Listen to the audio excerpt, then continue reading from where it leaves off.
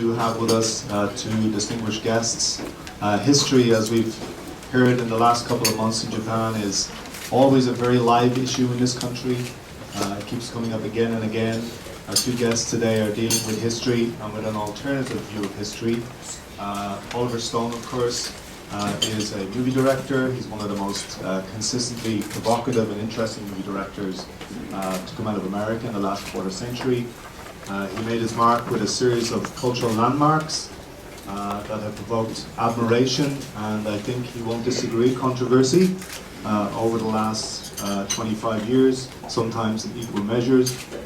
His first major feature is Salvador, which a lot of people haven't seen, which is a wonderful movie, and Platoon, were very angry indictments of American foreign policy. In Wall Street, he caught the zeitgeist of Reaganite America, perhaps better than any other director working at the time.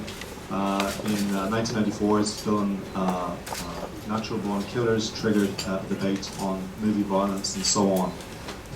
His longtime collaborator is Peter Kuznick. He's director of the Nuclear Studies Institute at the American University in Washington, D.C. He's a professor of history. The Institute aims to educate students as well as the general public about the key points of nuclear history and nuclear culture in the United States, and of course on the legitimacy of using the nuclear weapon, nuclear bomb, not only using it but deploying it, most famously of course in Hiroshima and Nagasaki. Peter is a scholar of the roots of American empire and the growth of the secret state, and he seeks to debunk the myth of American exceptionalism. They're in Japan to promote a book and of course a documentary series. Oliver Stone's 10-part untold history of the US has been described as riveting, provocative and a revelation.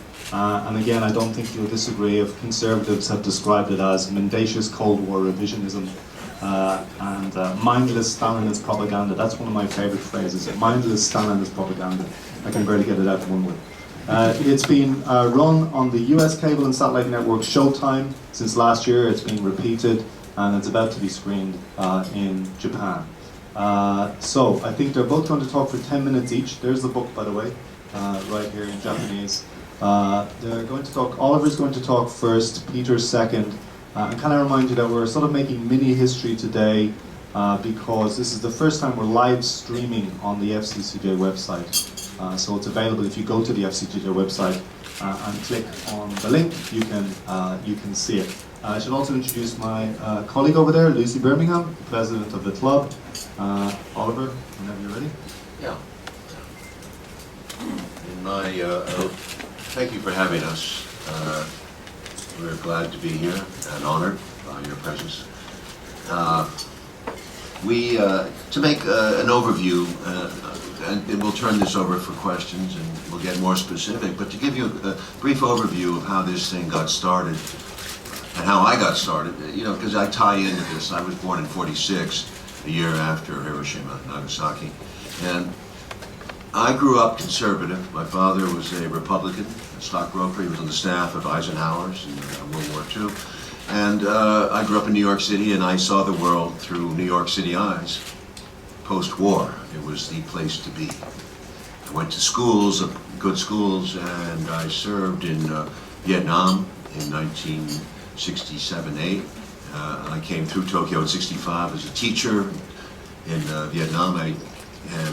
I consulted all the old Tokyo hands on Asia. Everyone was very deeply worried about the communist threat, not only in Vietnam, but coming towards Tokyo. Tokyo was the capital of the domino principle. That was where, if Vietnam fell, Thailand, and so forth and so on, Philippines, it would come here to Tokyo. Japan was the objective to hold on to. I say that just in passing because it'll come back to bear later. I fought in the war, and I didn't really, although it was, I've documented it, at the time I was really more like a survivor, numbed out, alienated, came back to my country, found my way back into society. It took some time. But essentially I went to film school. I was very lucky. I got to film school at the right time, and I learned how to make films and struggled through the '70s. And as the '70s was going on, my evolution occurred there. in sense of people talking to me, telling me things, experience, reading. There was, of course, the Watergate scandal, and then the famous Church Committee hearings in 1975, which really affected me deeply, because, you know, it was about our government lying to its citizens on a constant basis. It was very upsetting, and I think, although it's the tip of the iceberg now, we realize at that time it was quite something. And that's why every little bit counts, every little inch counts when you can uncover a story, even if it doesn't seem like so at the time. But it really affected me. And I remember the FISA court in 1977, they passed that legislation, and that was supposed to be a corrective to the Foreign Intelligence Surveillance Court. That was supposed to be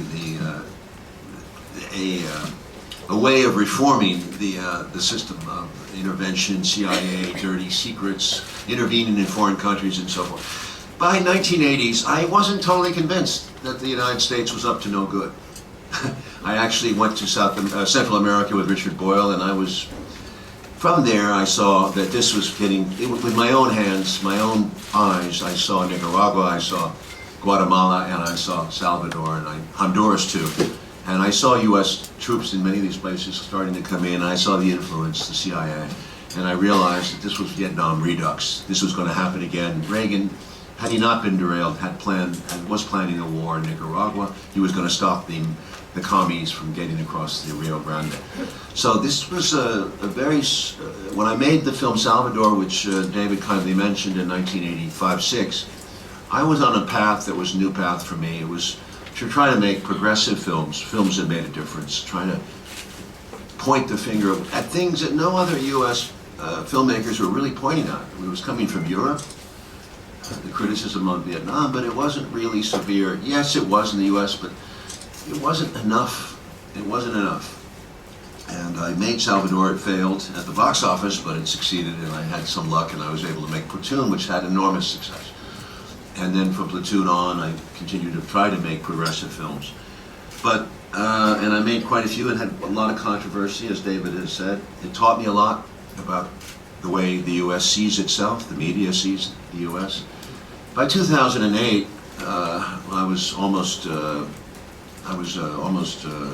62 years old, I guess, 61 years old. I decided after 8 years of George Bush that I could not go on just making a feature film. I said, this is insane. This is an insane situation. I knew Peter since 1995. He'd been a teacher at American University. He had me there. He was teaching a class in my films, actually. And it was we had a relationship that went on for 12 years. But by 2008, I went to him. I said, let's try to do something about this. Let's do a documentary about at least the atomic bomb and how this thing came about and what it meant to the United States foreign life. I mean, to the United States in general. It grew quickly from a 1.5-hour documentary to a 12-hour documentary that we did over the next 5 years. We didn't know it then, but we were in for it. It was the most difficult, perhaps, film of my life to make, and it took the most amount of time and energy. We released it in 2012 on Showtime, almost 5 years after we'd started it. And in it, of course, the first 3 chapters are devoted to World War II and the atomic bomb here in Japan. And in that atomic bombing, we find everything that's wrong with the United States today. We find the lying, the official denial, the censorship, obviously, I think many of you know, and some of you probably may not agree with us, but the predominant myth was the United States had to drop those bombs to win World War II. That the Japanese would have resisted, they were fanatics, and that it would be Okinawas and Iwo Jimas until the very end. And the bomb saved, according to various estimates, hundreds of thousands of American lives. Now, this is all lies, and we go into some depth to reveal this in the series and in the book in more depth. I urge you, if you haven't read it, to please read it. What is relevant to us is that Japan was seeking to surrender very actively. It was using the Soviets diplomatically to try to reach out to us. And they were most astounded when the Soviets invaded on August 9th when they invaded Japan, and they cut off forever the diplomatic lifeline that Japan had. It was the Soviet invasion. We have talked to many of the Japanese survivors of those blasts, the hibakusha, and they have told us that they didn't know anything what the A-bomb was. They'd been bombed all that spring, all that year. They were exhausted, famished. The economy was breaking down. What they did know was that the Soviets, the news was the Soviets invaded. That made the news. The atomic bomb was just another bomb to them. After the firebombing of Tokyo, it doesn't even compare to some of them. Anyway, the Soviet invasion was very important, and when we look at American history books, it is mentioned briefly in a compartmentalized way that it doesn't make sense. So, you have to understand the Potsdam position, you have to understand what Truman was thinking, what he knew about the Soviet invasion. He wanted the Soviet invasion when he went to Potsdam. He was all for it. Roosevelt certainly wanted it. It would end the war without American involvement. And it would have ended the war because, frankly, the Soviets wiped out the Kwangtung army. They demolished the 1 million man Kwangtung army in a matter of days in Manchuria. In a matter of days. This was the strongest army Japan had left. It would have been conceivably very little time for the Soviets to reach into Japan itself and take Hokkaido, and this was a big concern of the Japanese War Cabinet. They were terrified and stunned by this invasion. And within a few days, of course, the emperor surrendered, and Soviet Union was effectively cut out of the Japan as a post-war basis for Soviets to operate, and this is what the United States wanted. The Soviets were cut out of the decision-making in the Far East. The United States took control of Japan completely, censored the atomic bombs, and the rest, it becomes dirtier and dirtier as the United States uses Japan to fight communism in the Far East, which is what I alluded to on Vietnam. And here we are in Japan now in 2013. It seems like we live too long sometimes. And the story goes on and on and on. And as I've said to the Japanese media, into their face, it seems you people you are like the United States people. You don't know your own history. It's untold. It's unlearned. You went through World War II, and unlike the German people, who at least they were re-educated forcibly in Germany. The Germans had an understanding of what happened with Hitler. I don't find that to be true here, except among the more educated Japanese or the more liberal Japanese. There's just no knowledge of it. It's astounding to me. But when I go back to the United States, how can we hold our hand and say, consider ourselves superior, when my own daughter, at 17 years old in a good school in Los Angeles, doesn't really understand what happened in World War II. The myth is the United States. The myth is we ended World War II with the atomic bomb. The truth is we trashed the memory of all the sacrifice that went into World War II from both the Soviet and U.S. sides by resorting to the bomb to end it. It ends it on a dirty note. It sends the wrong message to the world. It sends terror to the world. Whereas truly it was a great victory for many men who died and women. And this is a sense, I find from history, a sense of injustice and anger about this, and it motivates me, surprisingly, at the age of 66 today, that I'm still angry about the way we tell our history to our kids, in both countries. And on that note, my 12 minutes are up, 13 minutes. Thank you for listening to me. I'll turn it over to Peter.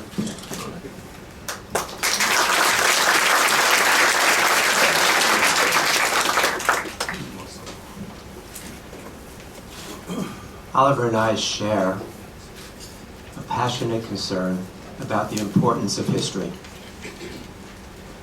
We agree with Orwell and others who said that he who controls the past controls the present, he who controls the present controls the future. We think that understanding of the past is actually worth fighting for. Every person has his or her own interpretation of history. Some people it's conscious, for most people it's not very conscious, but they act in the world based on an understanding of history. Unfortunately, that understanding is often confused or flat out wrong. In the United States, in 2011, was issued what was called America's Report Card. Based on that, the American high school seniors were weakest in U.S. history. We sometimes bemoan the fact that our students are so weak in math and science. According to the National Report Card, they're weaker in U.S. history.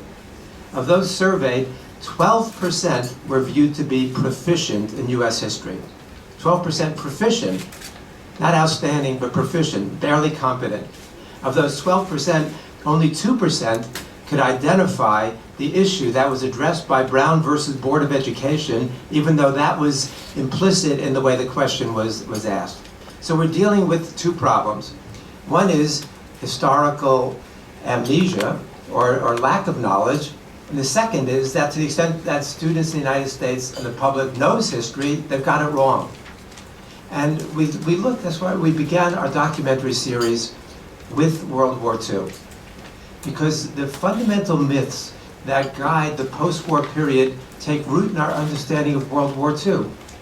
We trace it back earlier in the book and in the documentaries we're putting out, but World War II is central to this. The three basic myths that come out of World War II for the United States. One is that the United States won the war in Europe. The reality for anybody who studied that is that the Soviet Union won the war in Europe. Throughout most of that war, the Americans and the British faced 10 German divisions combined, while the Soviets were facing 200 German divisions. Churchill says it was the Soviet army that tore the guts out of the Nazis. Churchill admits that. The Soviets lost 27 million in World War II. The Americans and the British around 300,000. In order to take the pressure off the Soviet Union, Roosevelt promised publicly in mid-1942 to open up a second front in Europe before the end of 1942. Roosevelt wanted to. Marshall wanted to. Eisenhower wanted to. Churchill said no. And so instead, the United States went chasing British imperial interests in Northern Africa, in the Mediterranean, throughout that region, while the Soviets were dying. And the Soviets won that war. That's myth number one. Myth number two that Oliver was just talking about is the atomic bombing. The American students are taught that this was a heroic act, necessary, the good thing to end the war, to save American lives, or else we would have lost 500,000 Truman rights in an invasion. Oliver says there's no truth to that, but Americans mostly don't know that. After the bomb was dropped, 85% of the American public said they thought it was a good thing. 23% said they wished the Japanese had not surrendered so quickly so we could have dropped more atomic bombs on them. There was such a hatred toward the Japanese. And the history gets covered up. The official narratives come out, and they tell the story.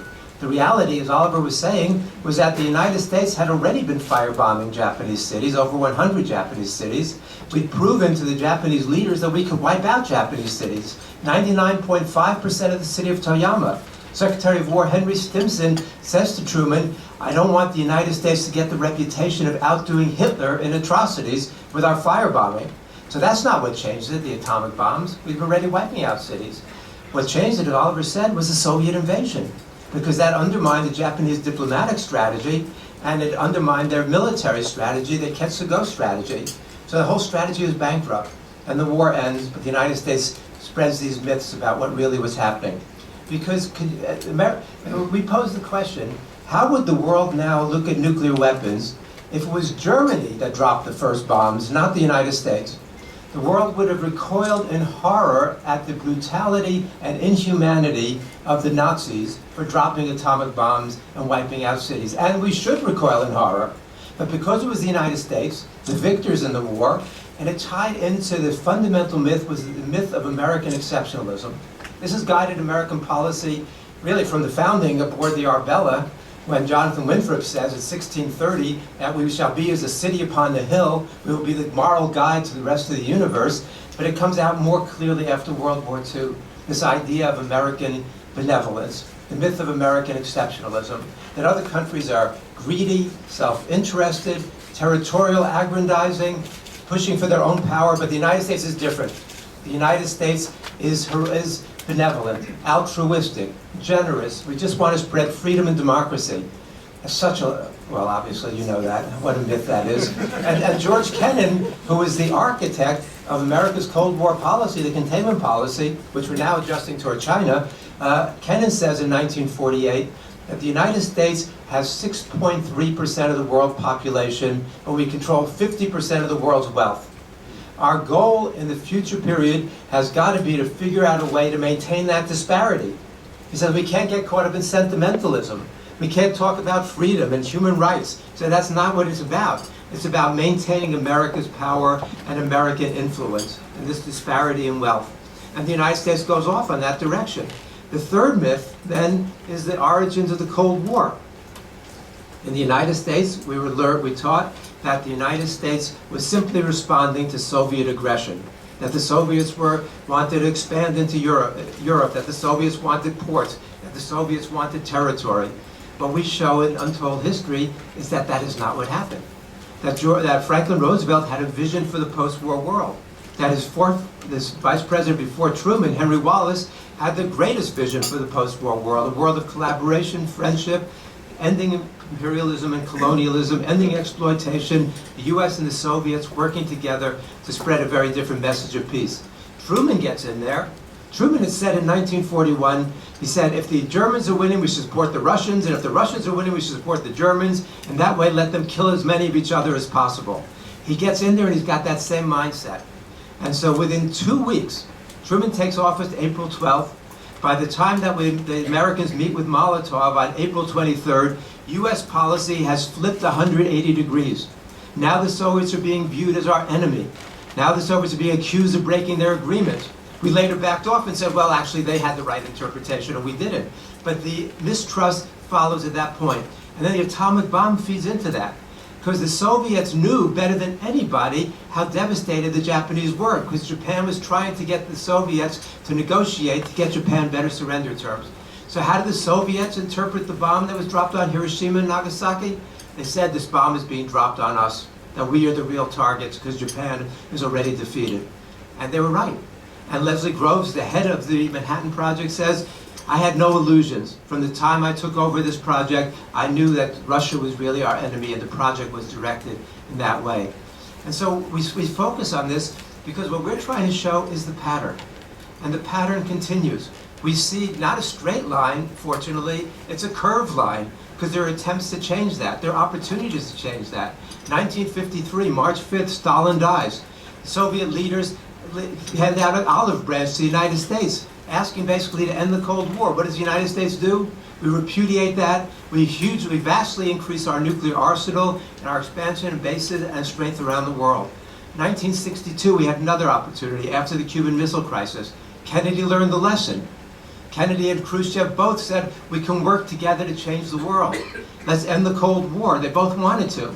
Said, let's get rid of every possible conflict that can lead to another confrontation like the Cuban Missile Crisis. And they were doing that. And Kennedy gets assassinated. Oliver made a brilliant movie about the Kennedy assassination, which raises a lot of the issues that we're getting at. So Wallace was destroyed in 1945, 46, Kennedy in 1962, but there's going to be time after time with Carter's election, there's going to be with the end of the Cold War, instead of the United States reaching out to Russia in 1991, we praised Russia for Gorbachev for not going into Eastern Europe with troops. What do? We invade Panama, we invade Kuwait, we spread the empire, we undermine the Soviet economy. The American advisors go in there, and within a few years, the Soviet standard of living has dropped 90% based on America's shock therapy that we offered the Soviet economy. We had hope again with the election of Obama. Our hopes, of course, were very, very, very badly disappointed. As we can see now, we can talk about the question and answer. Now Obama's Asia pivot is the same kind of unfortunate, misguided policy. So what we're trying to show are the patterns that exist from the 1890s through the World War II, the post-war period, right up to the present. And if you take the broad view as we're trying to do, and you see those patterns, you understand why Obama has gone along, in part, with so much of the Bush administration policies. As Ari Fleischer, Bush's press secretary, said recently, this is the 4th term of the Bush administration. What we see now is not Obama challenging empire, Obama running it more efficiently. Obama putting into place, institutionalizing the policies that George Bush and Cheney introduced, but were considered to be so outrageous. Now under Obama, they're given a human face, and an intelligent explanation on occasion, and they're being institutionalized. In some ways, this is more dangerous than the cowboy crazy policies of the Bush administration. So thanks for coming, and we're happy to talk and answer your questions.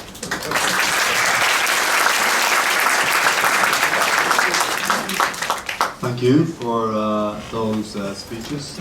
Okay, we're going to take questions from the working press first, which is these three tables here, and then we'll open it up to the rest of the audience. Can I remind you, when you come to the microphone, can you give your name and the name of your organization, and can you avoid speechifying if possible? Oliver just said he's completely wrecked after 12 days of this, so no questions about Michael Jackson's, Michael Douglas's sex life, for example. I see Khaldun's hand first.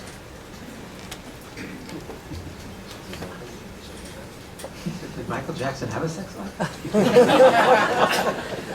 Thank you. We can talk about it later. Panoramic News. My question is about Japan. So now America was leading lies about nuclear weapons. So what Japan should do now, because they use American nuclear umbrella to protect themselves. Do you think the Tokyo Turbine or the Tokyo Court after the World War II should be reviewed and should be a new system from now on? Thank you. Sorry, Khaldun, you want to know where you're from? Syria, originally. Syria. Yes, Wow. thank you.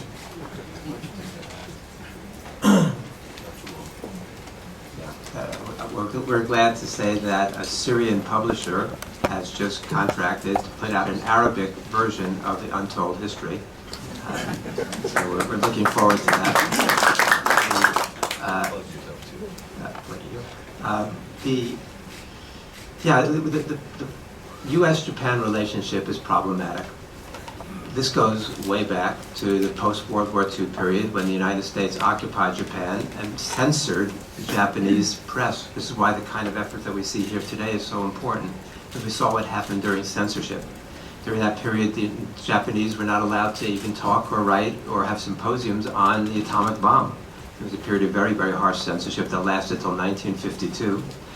But the Americans have treated Japan largely as our errand boys ever since, as our junior partners in spreading the empire. And so the United States in 1960, with the re-upping of AMPO under Kishi, that family is very important to Japan's not telling the history about its own.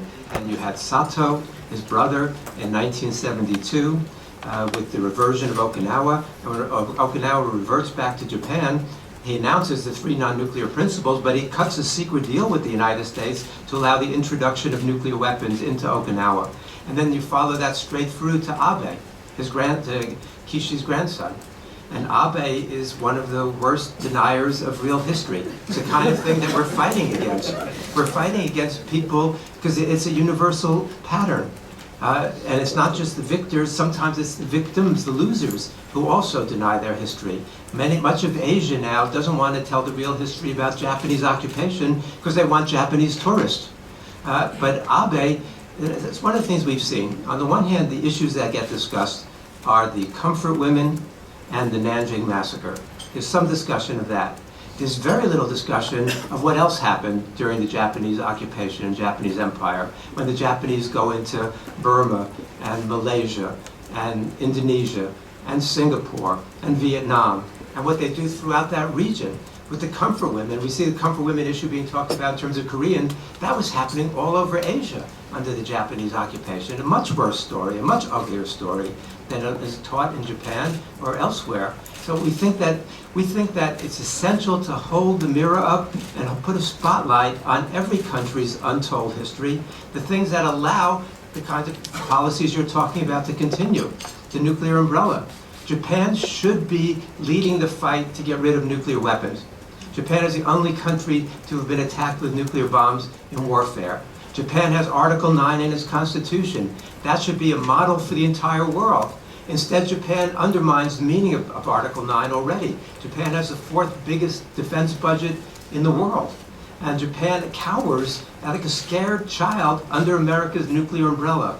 The Japanese should be standing up for independence, for truth, and for resolving these conflicts in a peaceful way, rather than the threat of America's nuclear arms backing you up. It's like some kid who goes out there and picks fights, and then he's got his big brother behind him to go clean up after him. And that doesn't make sense. We want to see we want to see Japan play a leading role in making this a more peaceful world and resolving the conflicts in the Pacific, which some are real conflicts, in a way that shows the vision of Japan, the fact that Japan has a peace constitution and a commitment to non-nuclear resolution rather than the nuclear umbrella.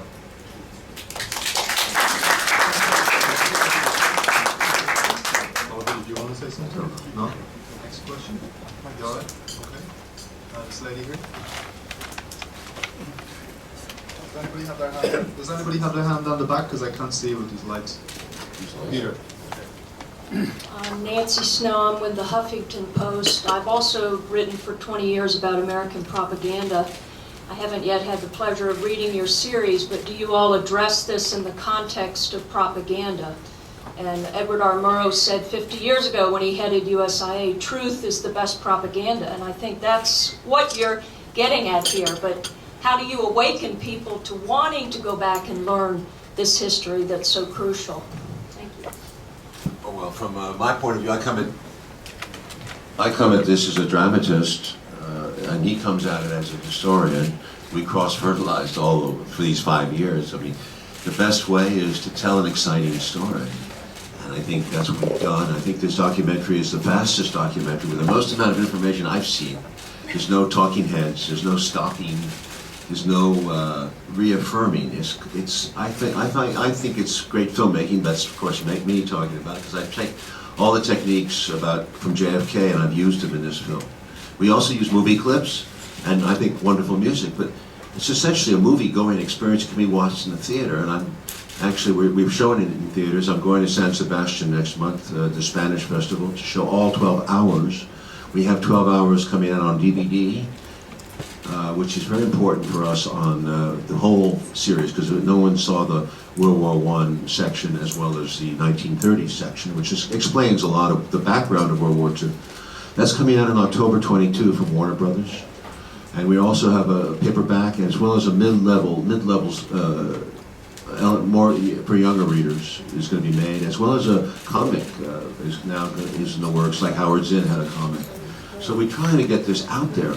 We're selling in foreign countries, we've sold Japan, but in Korea we haven't sold. So there's constant, it's an uphill battle. The mainstream press in the United States was not very kind to us, they ignored us. But we did get great the progressive press was really very supportive. So, but mainstream press, the Time magazines, and New York Times, forget about it. It's really sad, and you're right about Edward, the ghost of Edward R. Murrow. We need Edward R. Murrow. Where is he now? I mean, he's in our documentary. He's interviewing Truman, by the way, and he gets some of the best stuff ever from Truman. You see Truman's attitude about when Truman says to Murrow, "I never lost a night's sleep over it." It's just heartbreaking that Truman is incapable of any empathy for the victims, or empathy for anybody, for that matter, except for his cronies. Excitement, danger, tell it true.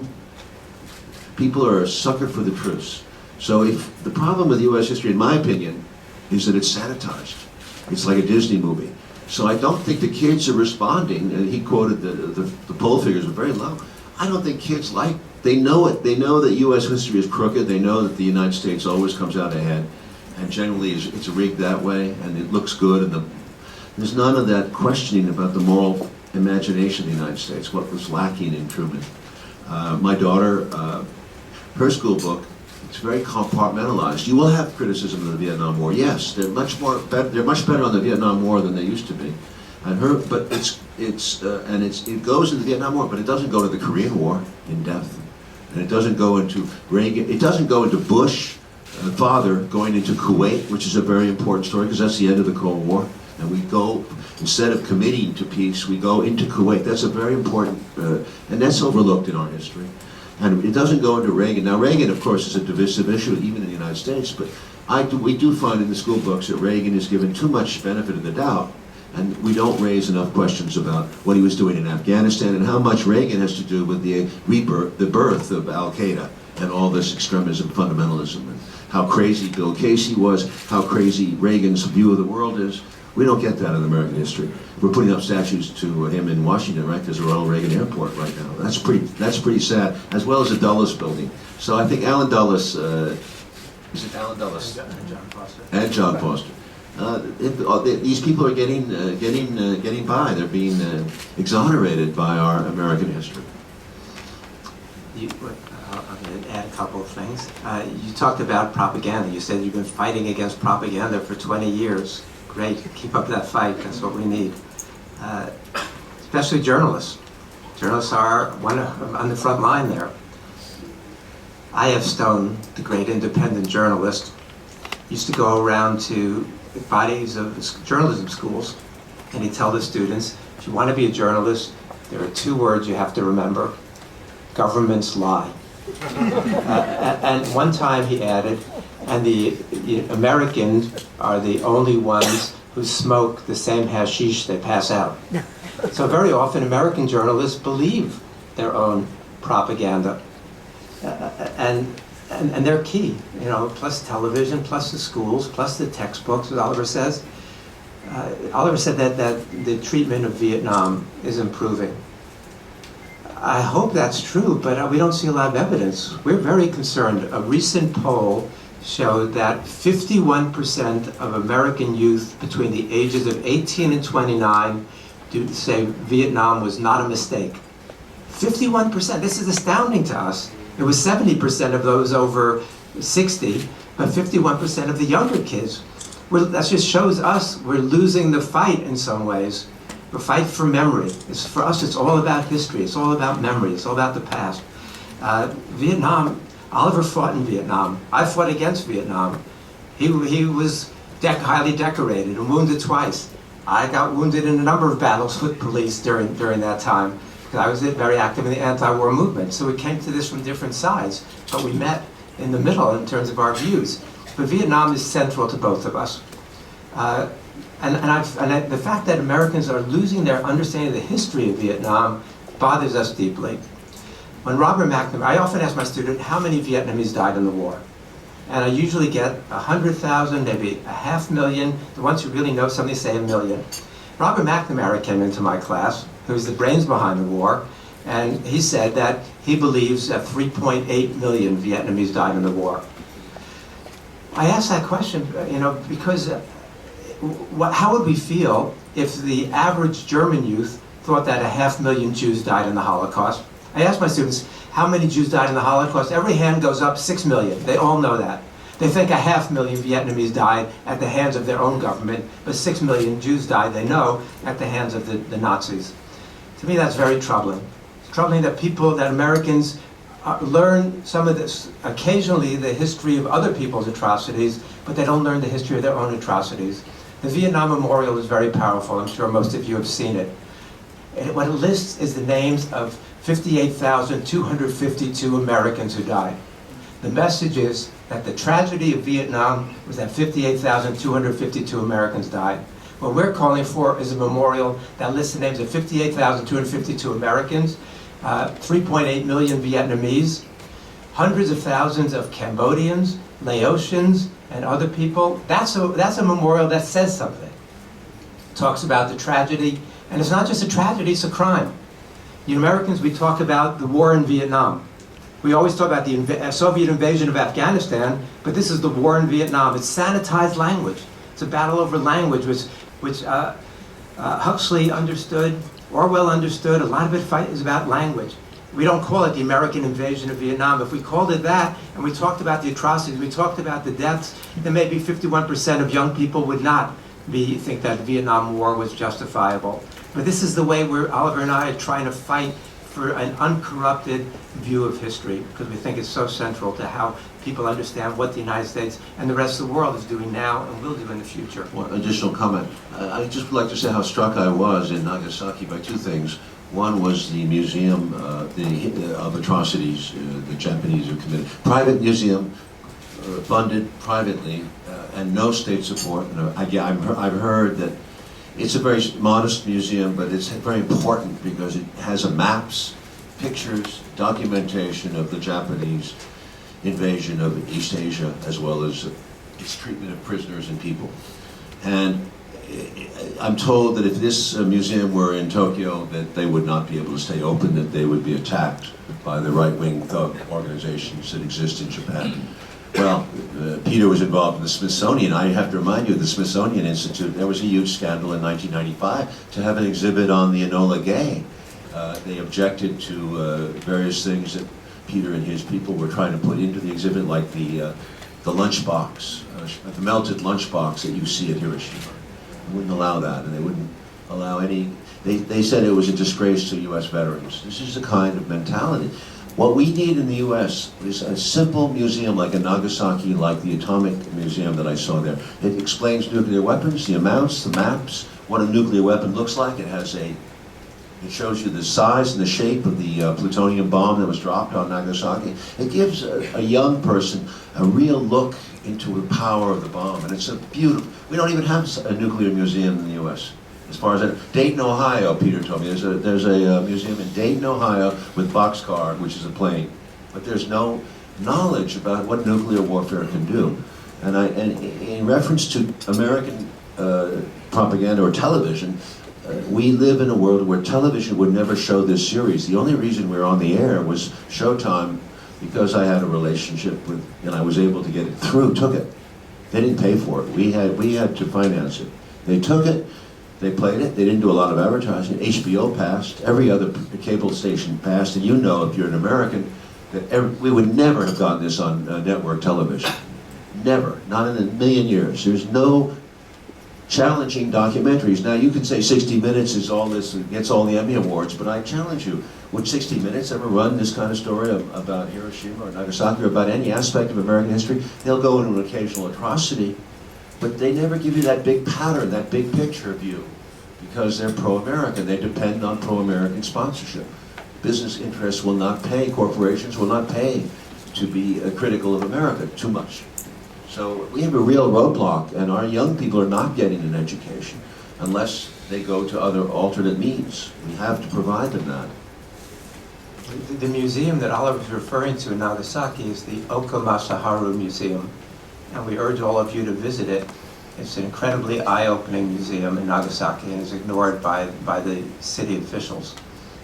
Japan has an institution very alien to the United States known as peace museums. The United States has one peace museum, a little one that's also in Dayton, Ohio, but it's not run by the same people who display Boxcar. But we think that's essential. We need those kinds of museums that critically look at American history. And our big institutions, Oliver mentioned the Enola Gay controversy. Some of you remember that in 1995, and that it was censored.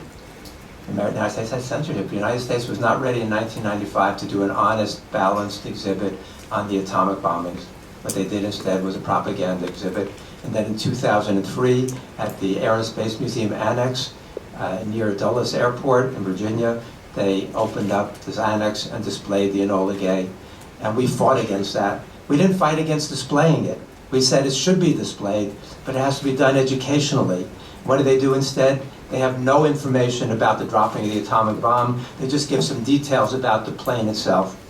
You know, the plane is not exceptional. What's exceptional is what that plane did.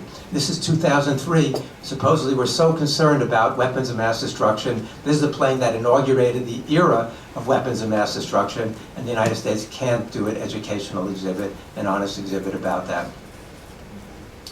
Thank you. Have you found the Japanese media receptive to your message about Japanese war atrocities, or have you been detected any censorship or reluctance to embrace the idea? Well, we've been getting an enormous amount of coverage, very positive coverage from Japanese media, but we see that the Japanese media is much more comfortable explaining, articulating our critique of Hiroshima and Nagasaki because that fits into Japan's victim narrative. They've been less willing to cover our critique of Japan as a victimizer. So yes, the coverage has been positive and extensive, but we want to get this other side of the message out also. The headline in the Nikkei Shimbun, which is important, was that Japan must confront its own untold history. And that's part of it, because America's untold history and Japan's untold history go hand in hand together. They're part of the same process of obfuscating what really happened in the past. So we think that both sides have to come together. Thank you. Peter? And then, did I see another hand? Peter first, yeah. Yes, please, come to the microphone. Did I see any other hands from the working press? Okay. Yeah. Excuse me.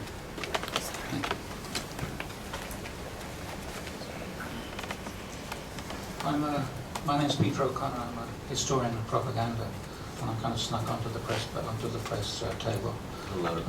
Yeah.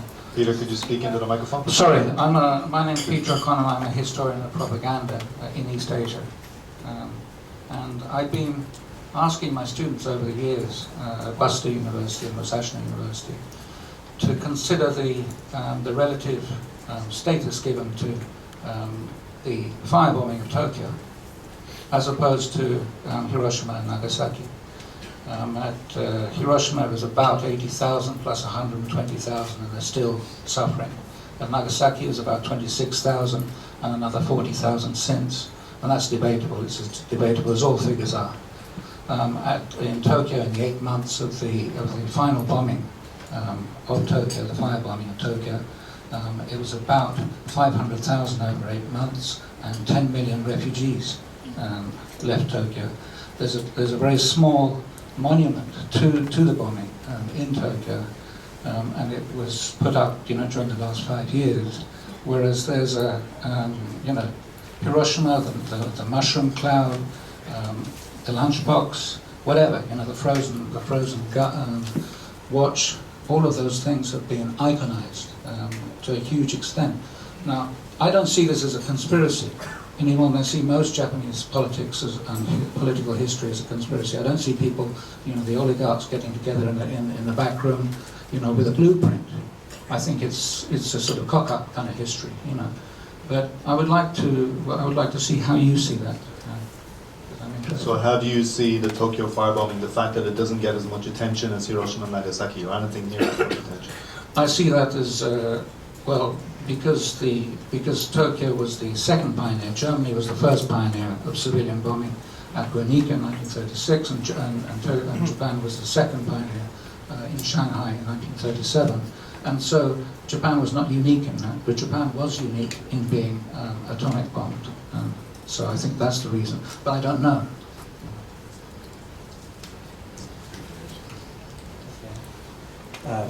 First, I guess I would have different numbers than you have for the casualties in both Hiroshima, Nagasaki, and in Tokyo. But your point, I think, is an interesting and important one. I've been to the firebombing museum in Tokyo, which people should visit because it deals with some of that history. The United States, before the war started, said we criticized the inhumane barbarism, Roosevelt did, of the firebombing of cities in Spain and in China. We said this was inhumane barbarism and no people should firebomb civilians. By the time the United States got seriously involved in the Pacific War, our policy was based on firebombing. The bombs loads we dropped were 3/4 incendiaries, designed simply to burn down cities and kill civilians. American attitude was that there was no such thing as a civilian in Japan, and everybody is a fair target. And Curtis LeMay was the mastermind. He was honest about one thing. This was called terror bombing. It was terrorism. It was state-sponsored terrorism. We're so upset about private terrorism, but this was state-sponsored terrorism, and it's a war crime. And Secretary of War Stimson said to Truman in June of 1945, said, I'm so concerned about the firebombing of cities. He said, I don't want the United States to get the reputation for outdoing Hitler in atrocities. And that was a concern, this barbaric killing of Japanese civilians. And then the Hiroshima bomb. The reason why I think the Hiroshima bombing deserves the prominence that it gets is because Truman understood before the bombs were dropped that he was beginning a process that could end all life on the planet. The firebombing of cities was horrible, but it was not going to end all life on the planet. The nuclear age could. Robert Oppenheimer warned the leaders on May 31st, a couple months before the atomic bombs were dropped, that within 3 years, we're likely going to have bombs 7 100,000 times as powerful as the Hiroshima bomb. By 1954, Edward Teller was proposing a bomb that the U.S. should develop that was 700,000 times as powerful as the Hiroshima bomb. We began a continuum with the firebombing of Tokyo on March 9th and 10th. We expanded it through the firebombing of cities that had no military relevance during the summer of 1945. 99.5% of the city of Toyama was destroyed. But the other interesting thing about it was the Japanese firebombing of Chinese cities was not raised at the Tokyo tribunals. You know why? Because if that was raised, it would have opened up the door to looking at the American firebombing of Japanese cities and to the American atomic bombing, and many people would have understood the barbarity, which is why Oliver and I say, what if Germany had dropped that bomb first, you know, instead of the United States? How the world would look at this as an act of the ultimate barbarity, and hopefully nuclear weapons would have been eliminated. But instead, the United States dropped them, and nuclear weapons were looked upon as something necessary, and in the United States case, something good and defensible. So I think your point is a valid one. There should be much more attention to the Tokyo firebombing and to the other firebombing. But it doesn't have to be counterposed to the atomic bombing. We've got enough room in our memories in our study of history for both. Absolutely, it's Thank not you. neither or. Peter. Thank you. Thank you. I see just gentleman here in the middle, and then Peter on the back.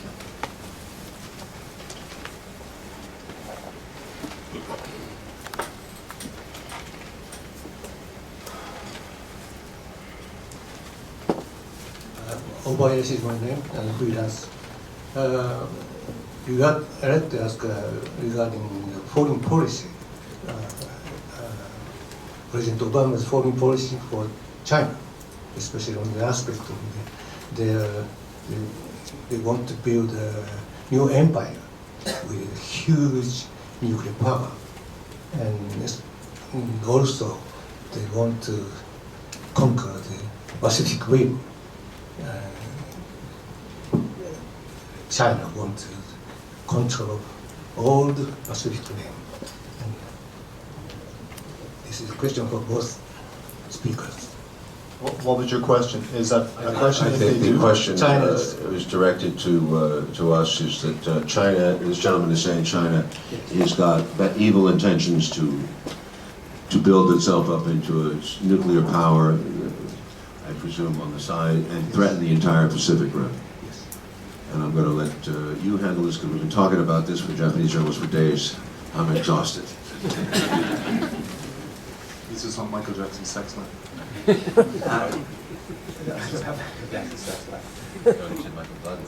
Is it both? Well, But we're talking about the time that Michael Jackson and Michael Douglas got together. It's not that well known.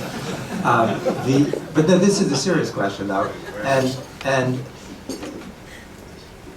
it's central to America's global dominance and position. November of 2011, Hillary Clinton wrote an article in Foreign Policy magazine titled "America's Pacific Century." What she said is that the United States needs to shift its focus away from the Middle East, away from Iraq and Afghanistan, and focus on Asia. That the United States has got to become the dominant force in Asia.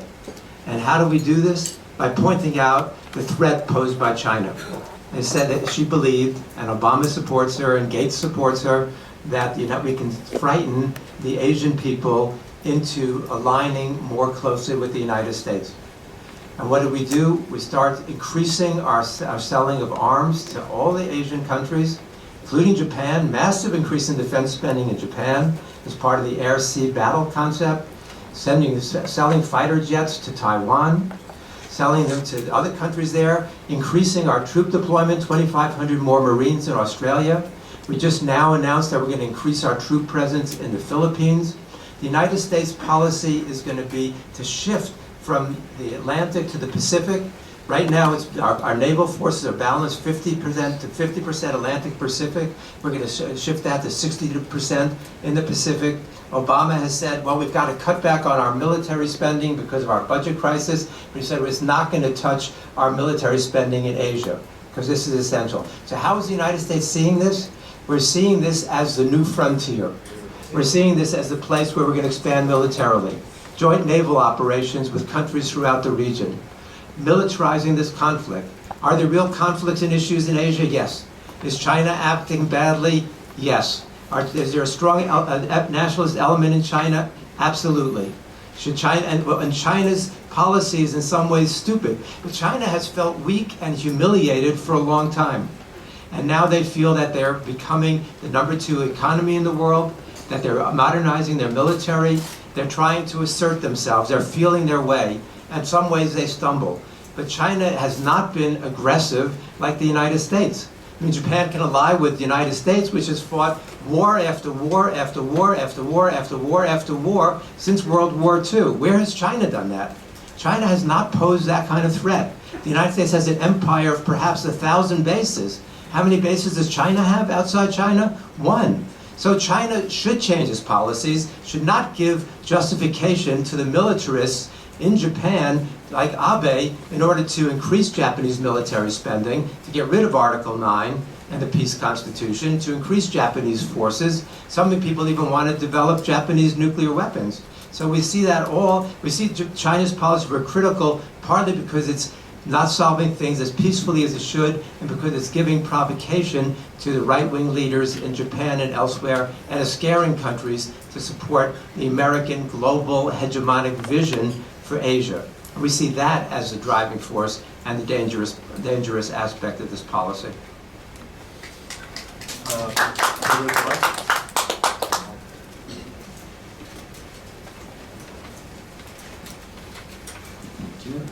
Peter Lyon, Australia's Herald Sun.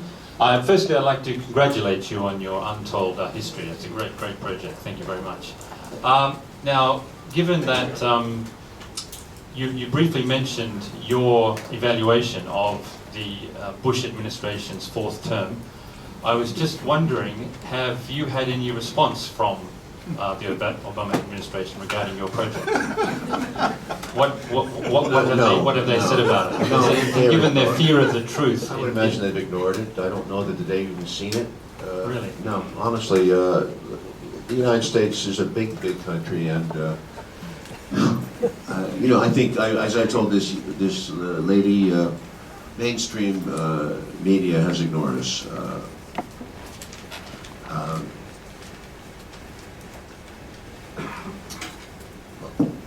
Obama has been, for me, you know, as Peter said earlier, I mean, Bush, those 8 years, those nightmare years, Bush with the eavesdropping in 2003, he just didn't care about lawyers. He just said, make it up. I don't care what the lawyers do. Just get us, stop these terrorists. And he went to any means necessary. And now with Obama coming in as a constitutional lawyer and a legal scholar, supposedly, he has truly established this method as legal in the minds, and especially of the liberal supporters that supported Obama. He's institutionalized this behavior. It's illegal. We are wiretapping the entire world, essentially, and we can go back and listen to anybody's conversation. We don't have to right now, we can. He's wiretapping the entire world, which is breaking the law. And at the same time, he's saying, well, I have the right to do it because our lawyers say that it's legal, but he won't show us the means by which the lawyers gave him that authority. These are all secrets, the secret method of doing things. This is secret court. This is kangaroo court. He has a FISA, F-I-S-A, is appointed by John Roberts, who's the Chief Justice of the United States. He's a conservative. They appoint mostly prosecutors, and mostly Republicans. And they've been appointing them for years, and these guys just basically go ahead and grant the government whatever it wants. Now, yeah, you can argue that there are terrorists out there, absolutely. But I don't know that this method locates them. What really has been locating the terrorist threats as they exist is hardcore intelligence and police work around the world. Intelligence agencies cooperating with each other. We didn't need all these laws. We didn't have to go to this extreme. We had to do what the English and the the French, the Italians, the Germans have been doing for many years when they fought terrorism in the late part of the 20th century. Good work, hard work, human intelligence, certain amount of eavesdropping. Yes, it could have been all done. It didn't have to go to this insane degree of overreaction. But Obama, who promised us transparency in government, respect for civil liberties, has violated the 4th and 5th Amendments, which may mean nothing to foreigners, but they mean a hell of a lot to me and to people like me. Because, you know, King John, remember him? Robin Hood, the bad king of England. That was all about the Magna Carta. It was about these guys saying, look, we have no right. The king can decide what he wants. He has complete authority over the law. We have no law on our side. The Magna Carta was about finding the right for every man and woman to have the protection of the law. That's what's been violated here. That's what's so angry, makes me so angry, and many Americans. Snowden is a hero to me. Edward Snowden is a hero because he did this not for profit, not to give give secrets away that could hurt our country, supposedly. I haven't seen one evidence of that. He's doing it out of conscience. The higher law of his conscience is dictated to him. He sacrificed his life for this. He's on the run now, and all the media, the press, reports him as being an outlaw. That's a simplistic reaction. The truth is, he sacrificed his well-being for the good of us all. We should all be concerned about this. We should all turn on our government. The press is at stake too, as we know. The whistleblowers have been threatened by Obama. There's been 7 cases, I believe, 7 cases of whistleblowing prosecutions. It's a very, very ugly time. This is what Orwell was prescient. But this is Big Brother in a way that Orwell could never foresee. They can see into every home. Obama says, well, don't worry about it. We're not listening in. Yeah, but you could listen in, and we know that somebody in the future, if it's not you, it could be Mr. Bush III who comes along, or Miss Hillary Clinton, whatever. Terrorism, it's nonsense. This terrorist band has ruined the world. I mean, the United States has lost its mind. Brzezinski, who we condemn for his policy in Afghanistan, Brzezinski is attacked as being over-ridiculous. The truth is that we have to go back. I don't know how we can go back, but we have to get off this terrorism thing. The problem is that we go around the world, every public protest, every demonstration against the government, whether it's civil rights, Vietnam War, students against Iraq, these are very important protests. They grow out of the Arab Spring. That's where it comes out of the people.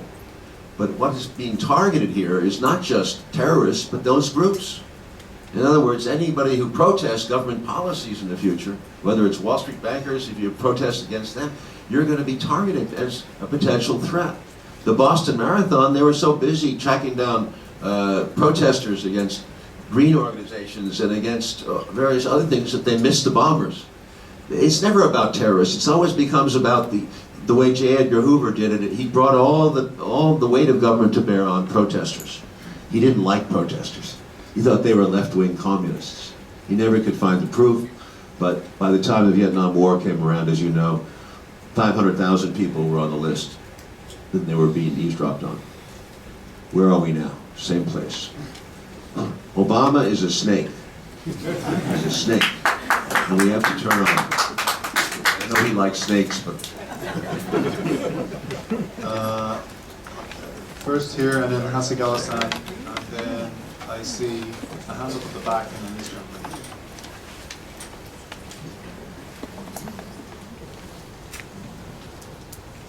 Lars in German press agency DPA. One quick question on Japan. Have you ever thought about doing a similar project on the untold history of Japan? Or if you haven't, have you, or could you think about teaming up with a Japanese director or Japanese historians who would be willing, if there is any, who would be willing to cooperate on such a project? Well, I would do it if I could, as a producer, I could not devote the same amount of time and loss of money to making such a project in Japan. It would have to be financed by and made by Japanese, and we would certainly cooperate if called upon and it was working. It was a workable deal. Peter, did you want to say anything? I'm all in. If Oliver's in, I'm in. We'd love to see it. And the longer we're in Japan, every day we're here, we see more of a demand for this on the part of our Japanese friends and colleagues and media. And the more we learn, and the more Oliver and I, this is a learning experience for both of us.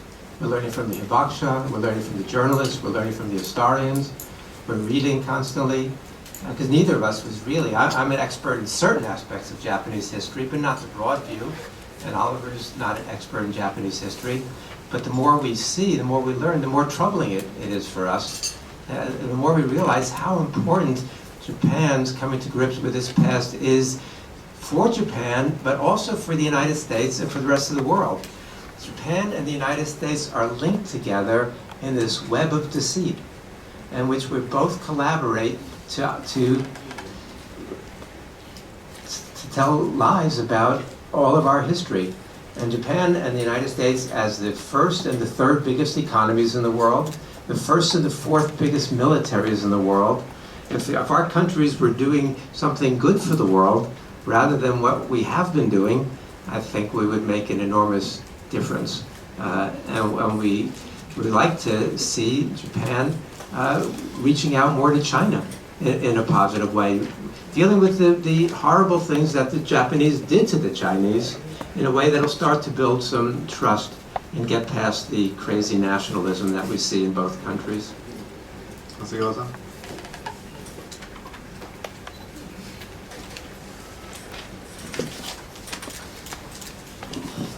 My name is Hasega from Radio Nikkei. You have found much on Hiroshima and Nagasaki, but how did you pay attention to Fukushima nuclear disaster? Sure. I actually co-wrote a book that deals with the history of Japanese nuclear power, and my perspective on this is really from Eisenhower's Atoms for Peace program.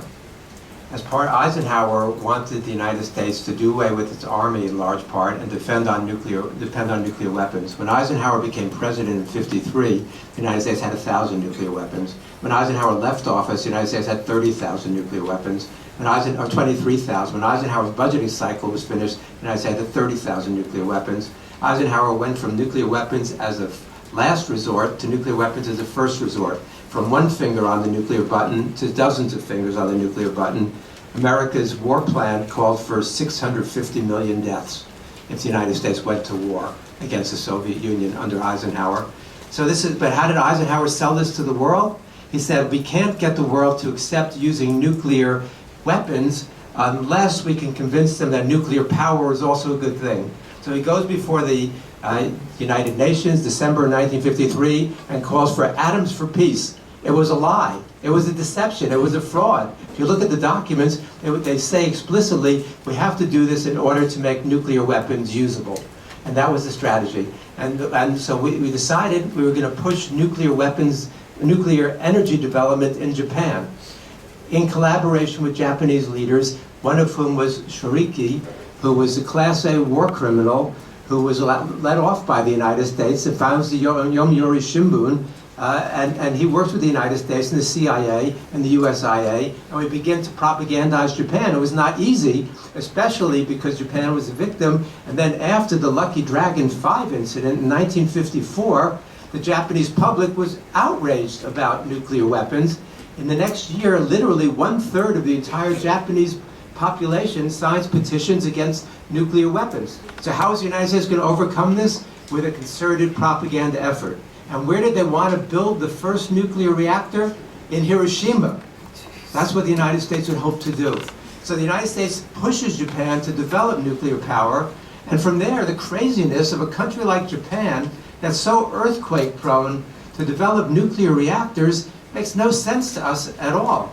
Japan should have a very different policy. China is leading the world in terms of solar power. Japan, with its great technological brilliance, should be right there with China. Unfortunately, Japan is instead getting its energy from liquefied natural gas, largely from the United States, which comes from fracking, which is a very dangerous process. So there's not necessarily easy answers, but Fukushima was an accident, a disaster waiting to happen, and then what happens there is what happens in every nuclear disaster, and they lie about it. TEPCO covers up what's really happening, and now we see the horrible environmental consequences, not only the cesium and the other waste being released through the air, but the pouring of massive amounts of radioactive waste into the ocean. is that there doesn't seem to be a solution that anybody at TEPCO or the Japanese government is coming up with. Maybe Lucy and David have a better understanding of this, but this is a very dangerous situation, and we don't, Abe wants to reopen the rest of the nuclear plants. Right now, only 2 of the 50 plants have been reopened. We think that's a very, very bad idea. We think that Rokasho is a very bad idea, and that Japan should find a way, a different way, to get energy and to have a peaceful kind of development. Thank you. Okay, I think the gentleman at the back has been waiting for a while, and then this gentleman here at the end. And we're running out of time. We've got 5 minutes. I think we're going to extend for. Okay, so 15 more minutes. All right. So. The question. Hi, thank you for your time. It is directed to Director Stone.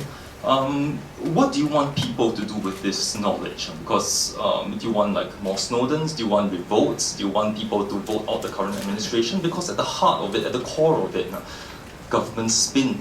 I mean, spin is just part of the whole process. Yeah? I mean, power has always been, that it is in their vested interest. So, so what do you want people to exactly do with this newfound, like, oh, yeah, the government did screw us kind of knowledge? And another thing, do you find that you're fighting a very isolated battle? Because to a certain extent, truth costs money. I mean, you are not beholden to anyone, you can fund this project. But, I mean, do you find that you're fighting an isolated battle to get the truth out? Could you wait for a couple of seconds for the book? Pearls of working for TV.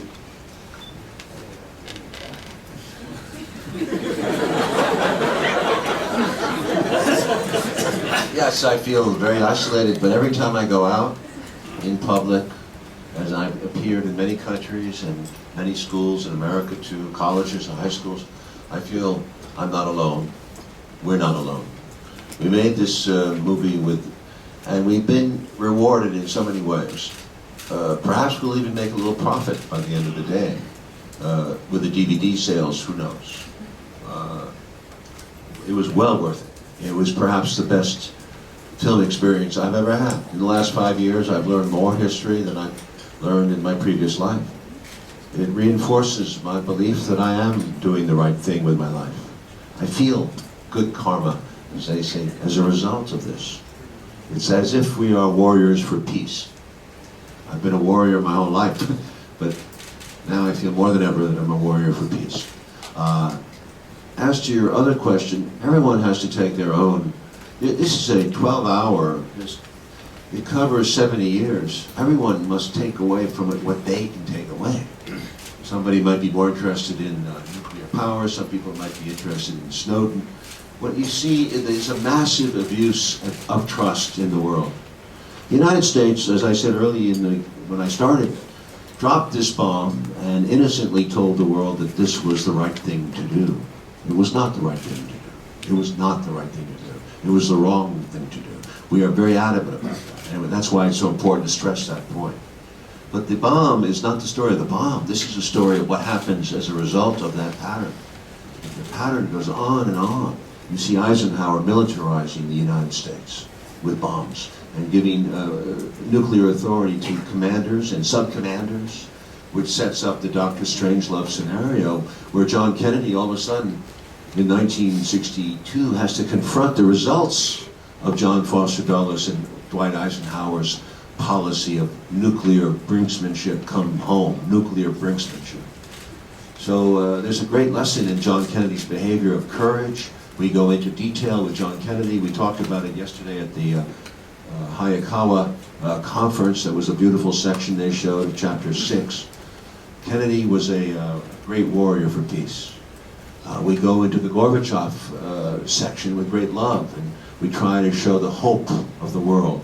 Gorbachev really was a man who was a colossus of his time. I don't care what they say about him in Russia. We're looking at the big picture. The big picture. And, you know, when we come down to today, we call it the age of terror. We had to finish this thing in January of this year, and we have Bush and Obama as together in one chapter. It's a lot of, that's 13 years, quite a lot of events. So we had to make our choices. We went with that last chapter 10, and it sums up Peter and my feelings about what's going on in the world today. We call at the end of this series for magnanimity. We call for generosity of spirit. We talk about soft power. We talk about leaders like Roosevelt, like Wallace, like Kennedy, that they're not just talk in terms of hard power, but talk with empathy about the suffering of people around the world.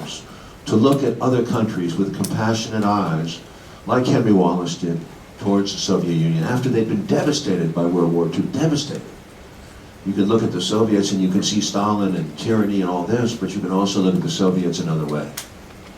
So it's very much important to take, I think, to walk away from the series with a sense of widening compassion, more consciousness about the struggles of other people for their independence.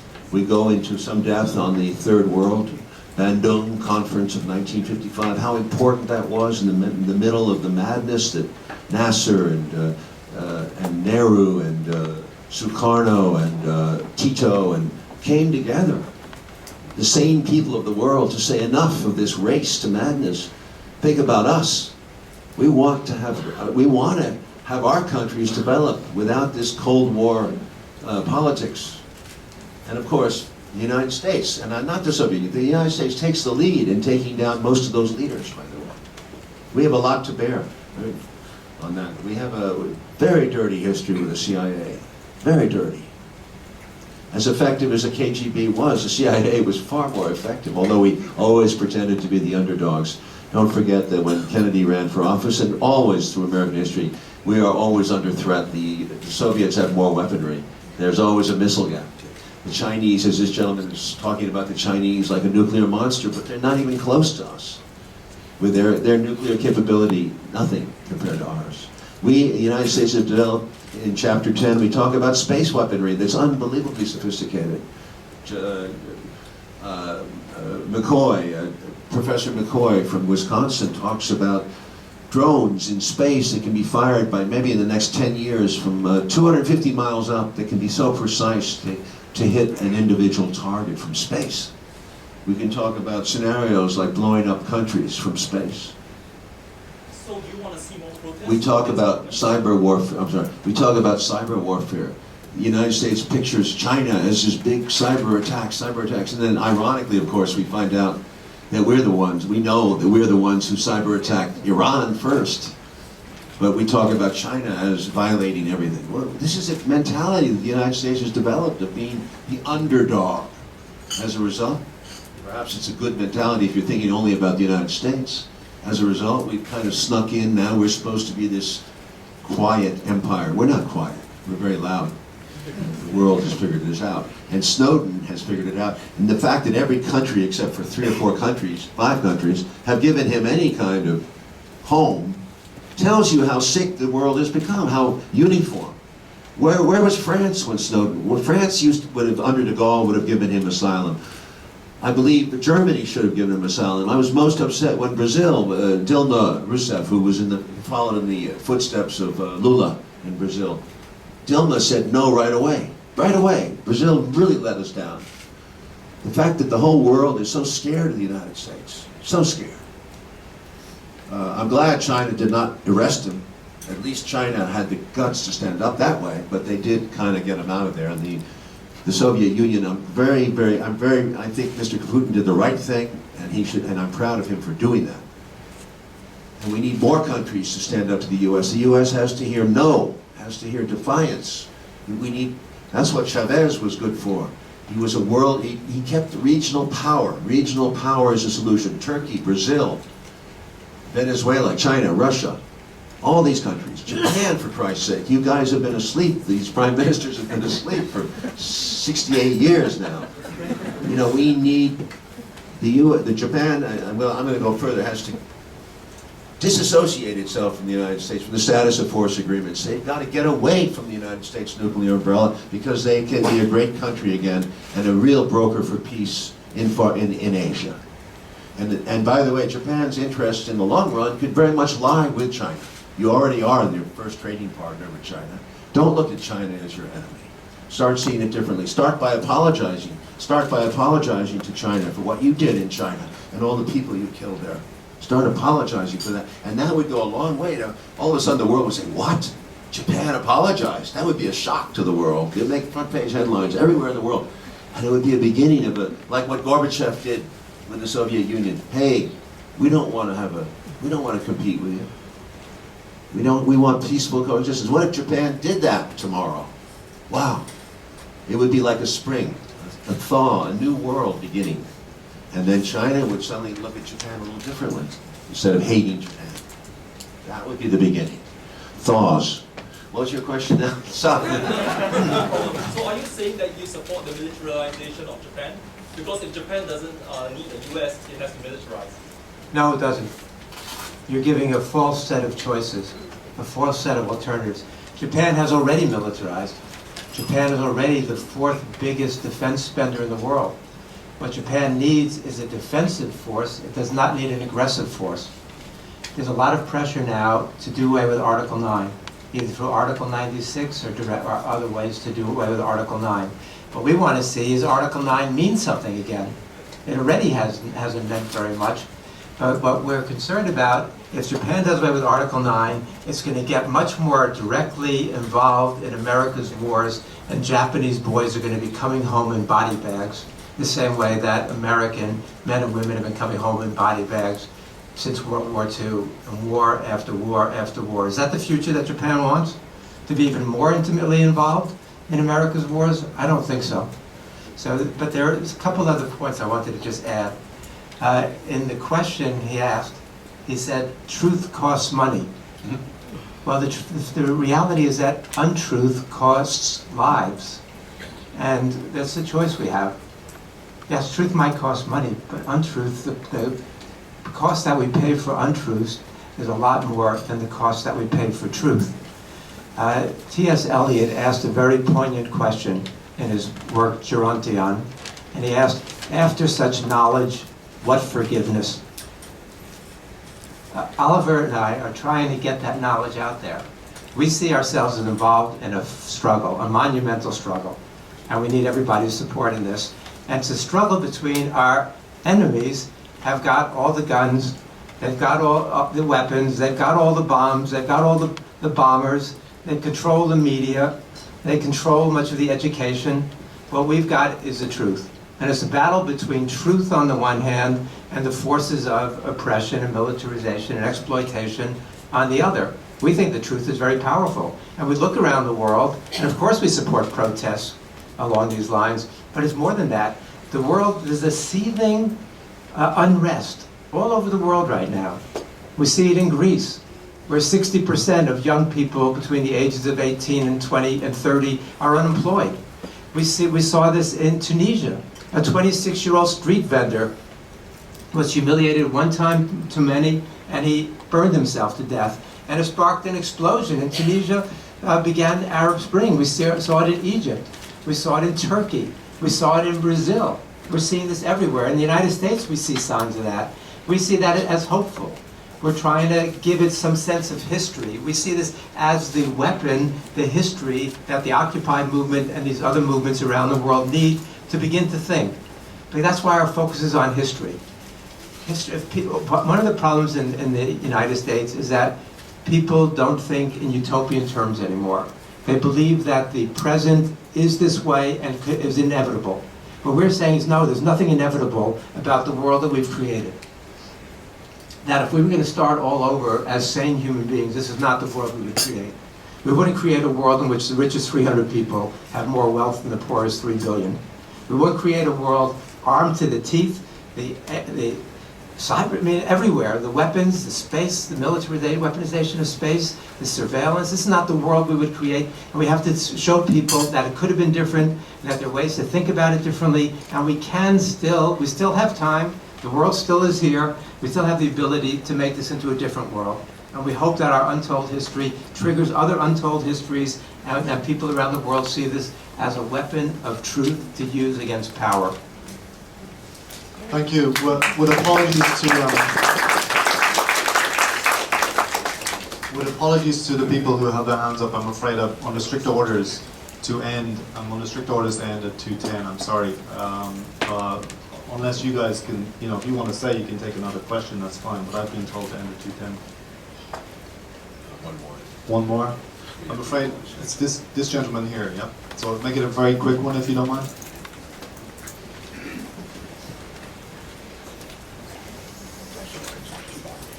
Michael Galbraith, a freelancer. I'd like to change the subject a little bit. I'd like to ask you whether your untold history offers a new view of how Japan became involved in World War II at the very beginning, and or a new view on the role played by the huge amounts of gold recovered by the American government at the end of World War II. Doesn't some of that gold underwrite the patterns you were talking about? Thank you. Don't forget Oh, the that diamond. sounds like a very complicated answer. Can you direct them to page like 65 in the book or something? See how much is gold? Forgot the diamonds. The answer very simply to that question is no. It's an untold history of the United States, the American empire, and the national security state. We wrote in our U.S. book is 800 pages. We got it to 800 pages after we cut out almost 200 more. We wanted a book that people could lift. And so we had to keep it on a manageable size. Initially, our publisher wanted 275 pages. We fought with them to get up to 800. There are so many stories that we didn't have time to tell. So much history we didn't have time to explore. But we're trying to get at the essential points that we think are central to understanding the American empire, the national security state, the global security state, what's happening now, why the world has gone the direction it has, and what can be done to change it. And that's about as much as we were able to do. Thank you. Well, thanks to Peter and Oliver for what I thought was a fascinating speech. I'm looking forward to the headline in the Yomiuri tomorrow. Japan and the US linked together in a web of deceit, and then a little box on Shoriki. That would be a hell of a front page on the Yomiuri. Thank you very much for having us.